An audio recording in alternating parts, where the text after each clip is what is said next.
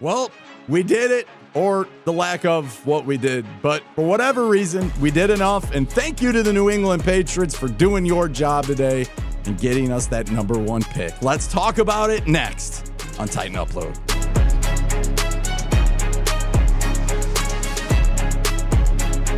So the Tennessee Titans, whether you wanted them to win or you wanted them to lose, we all can now rejoice and enjoy being the number one pick in the NFL. And that was because both the Buffalo Bills lost and the New England Patriots won.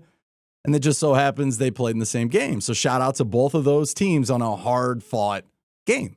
As far as the Tennessee Titans and the Houston Texans game, Tay Martin gets a shout out for getting his first touchdown.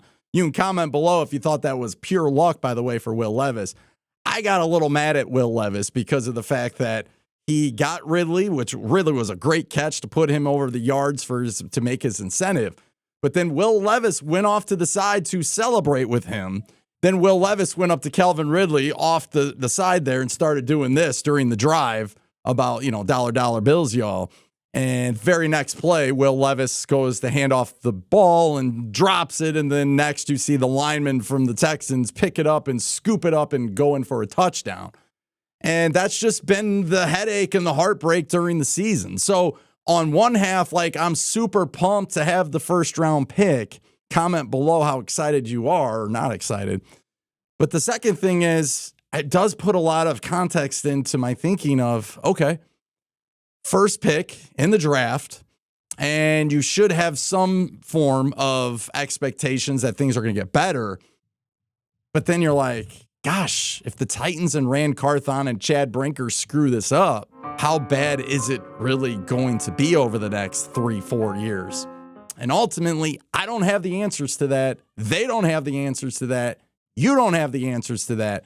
But it's in a better place than, let's say, we win the game and then we're picking number 7, which is what it would have looked like if we happened to win this game. So what comes with a number one pick? Well, first of all, there has to be a debate. The debate is, how good are the quarterbacks? I've heard mixed reactions, but again, I think it falls on where these guys are coming from, these so-called GMs, and where they're drafting and what teams they're from. Because if they're coming from the lower end of the draft, then I'm looking at all the playoff teams and which team needs a quarterback, then that makes sense. Try to get one of these guys to fall so you have a realistic opportunity to grab them. I go back to Kansas City back in the day when the year before we beat them in the playoffs, Alex Smith. And they still traded way up in the draft to grab Patrick Mahomes. So you do see this kind of stuff with lower end teams. We saw Baltimore trade up, even though it was towards the end of the draft, but they traded up to pick 32 to get Lamar Jackson when they didn't technically need a quarterback right away. So this happens. So the question is, what do you guys think of the quarterbacks? I've seen a lot of back and forth, Shador or Ward, or Shador or Ward. And I think you do your homework on it. You, regardless of the fact and how you feel about it, you keep that close to the chest. You kind of, hey, we're willing to listen. We're willing to be open for business. New England went from 1 to 4. So they don't really need a quarterback. So then you got 2 and 3 Browns, and then you got the Giants. Both of them need a quarterback. You need a quarterback too. So do you go in free agency route, which you won't kind of want to show that before you trade? So that does present some sort of issue when you're dealing with the number one pick. If you go out there and sign Sam Darnold and spend all this money, now I know Atlanta, you could use Atlanta and be like, hey, they did that with Kirk Cousins, and then they brought in Phoenix and they drafted him with their first round pick. I guess you could float that, but I don't really want to go that route. So the Titans got to figure it out quick too. Okay, they got to figure out probably before free agency really starts up on what they want to do with that number one pick. If they love the guy, you take the guy at 1 and you just don't worry about it. You should be pretty scared, though, if your guy's not there. Because if you don't have for one of these guys at number 1, then you're trying to do whatever you can to get out of that number 1 pick and hopefully build everything up. And somebody's willing to give you a fortune to move up. Now, you could still, unlike years ago when we had the number 1 pick and trade it to the Rams and move all the way back to 15, you could technically move back to possibly 2. You could really hold this over the Browns' head and be like, hey, we're going to take this guy. We're going to take you don't have to tell the Browns which guy you're going to take. Just say you're undecided on the quarterback and get the Browns thinking, hey, someone else is trading up for you. So you better give us something so you can solidify and get your guy at 1. And they can do that also with the Giants. So they can still kind of move around between 2 or 3 and not really lose a lot of draft capital by moving back a little bit. Whereas, a couple years ago, or 2015 or whenever that was with the Rams, we went from 1 to 15. Then we had to use some of that to move all the way back up to 8 or whatever it was to get Jack Conklin. So I don't think we're going to have to worry about moving back too far. But if you can get a massive amount, this team, let's go back to the game now, it has a lot of holes. Whether it's right tackle, whether it's, defensively, whether it's, your quarterback position was rocky. Ultimately, there's issues. But there's also an issue at head coach. We saw it again today against the Texans. It's just, I don't know how you feel about that situation. But ultimately, here comes the largest question that needs to be answered. Do you trust these guys to take the number 1 pick? Do you trust Carthon and Brinker to get it right? I am not talking to you, fans. I'm not talking to myself, who's a fan. I'm not talking to the media. I'm not talking to anybody else other than Amy Adams. I'm asking you, do you trust these guys to get it right? If you do not, Amy, they got to go.